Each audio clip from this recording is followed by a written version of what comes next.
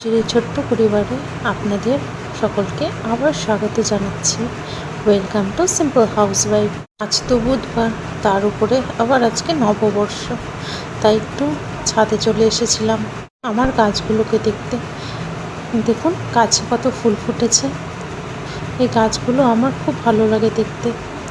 নববর্ষের দিন, তাই সকলকে জানাচ্ছি শুভ নববর্ষের অনেক অনেক শুভেচ্ছা। বড়দের আমার প্রণাম, আর ছোটদের আমার অনেক রইল ভালোবাসা।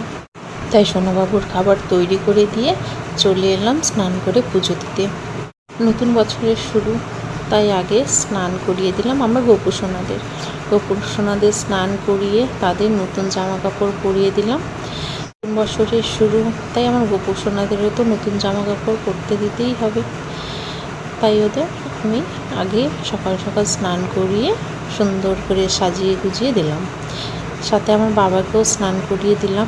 নতুন বছরটা যাতে আমার গোপুসোনা আর আমার বাবার কৃপায় তোমাদের খুব ভালো কাটে। আর এই যে আমার সোনামা নতুন জামা কাপড় পরে একদম রেডি। আর এই যে আমার গোপুসোনাদের দেখো কেমন লাগছে দেখতে।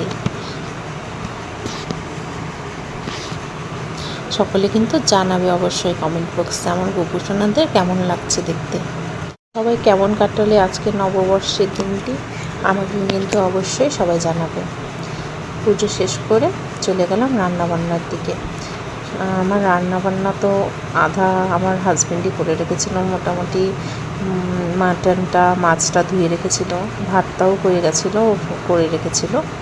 আর এদিকে আমার সোনা বাবাকেও স্নান করে দিয়ে তাকে আমি রেডি করিয়ে দিলাম, একটু সাজুগুজু করিয়ে দিয়েছি, ও জামা কাপড় পরিয়েই দিয়েছিল। আর নববর্ষের দিন, তাই পঞ্চব্যঞ্জনে ভুরিভোজ তো অবশ্যই প্রয়োজন বাঙালিদের। এদিকে করছিলাম মাছের মাথা দিয়ে বাঁধাকপি, আর এদিকে বসিয়ে দিয়েছিলাম আমার সোনা বাবার খাওয়ার।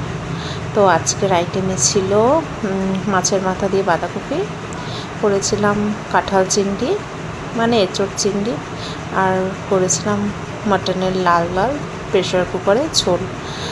তোমরা নববর্ষের দিনে কী কী খেলে আমাকে কিন্তু কমেন্ট বক্সে অবশ্যই জানাবে। আর এদিকে খাওয়া দাওয়ার সারতে সারতে প্রায় সন্ধ্যা হয়ে গিয়েছিল। তো কাজ সেরে উঠতে উঠতে প্রায় সন্ধ্যা, তাই আমার ছেলেকে বললাম, বাবা আমার শরীরটা আর দিচ্ছে না, এবার তুই একটু সন্ধ্যাটা দিয়ে দে। তো ও সন্ধ্যা পূজা দিচ্ছিল আজকে।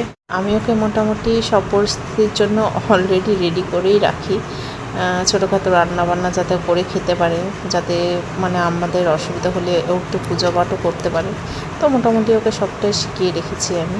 নতুন বছর সকলের ভালো কাটুক, সবাই সুস্থ থাকো, ভালো থেকো, সকলকে রাধে রাধে।